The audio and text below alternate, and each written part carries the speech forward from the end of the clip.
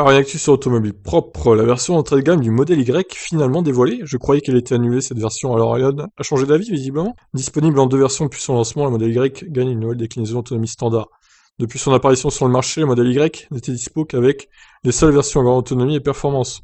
Le nouveau SUV compact se décline désormais en version autonomie standard plus abordable. Depuis son apparition sur le marché, le modèle Y n'était dispo qu'avec les seules versions grande autonomie et performance.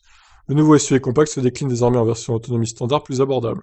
Pourtant annoncé lors de la présentation officielle du modèle, Elon Musk a indiqué que le modèle Y autonomie standard ne verra jamais le jour en raison d'une autonomie inacceptable. Sous les 250 miles, ce qui fait sous les 400 km en gros. Volte-face chez le milliardaire qui lance désormais la version aux États-Unis.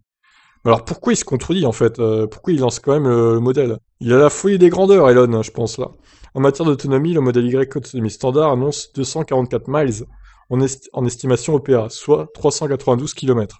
La Vmax est de 217 km/h alors que le 0 à 100 est exécuté en 5 secondes 3, ce qui reste extrêmement correct. Avec 132 km d'autonomie en moins par rapport à la grande autonomie, le modèle Y standard s'affiche au prix de 42 000 $, soit 8 000 de moins que la version intermédiaire. Tesla profite de l'arrivée de ce modèle Y d'entrée de gamme pour proposer l'option 7 places. Comme sur la Model S, les deux places arrière sont situées dans le coffre, deux places d'appoint qui réclament une rallonge de 3 000 $ tout de même. Bon, alors je ne sais pas pourquoi du coup il a changé d'avis, parce qu'il avait tweeté, effectivement, on avait fait une vidéo il y a quelques mois sur ça, comme quoi il n'y aurait pas de version autonomie standard pour le modèle Y, et bien, pour le coup, c'est fait. Alors peut-être qu'il se dit qu'avec les futures mises à jour, les déficiences, il pourra dépasser les 250 miles, ce qui pourra faire plus de 400 km d'autonomie.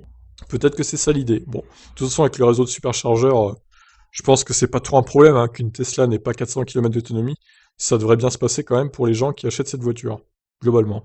Maintenant, reste à savoir si en Europe cette version sera disponible, ou si on aura droit qu'à la longue range et à la performance, comme c'est encore le cas sur le site de Tesla pour l'instant, en France. Il reste à voir le prix aussi de commercialisation en France et en Europe. Je vous laisse réagir. Qu'est-ce que vous en pensez de ce changement d'avis d'Elon Musk? Ciao.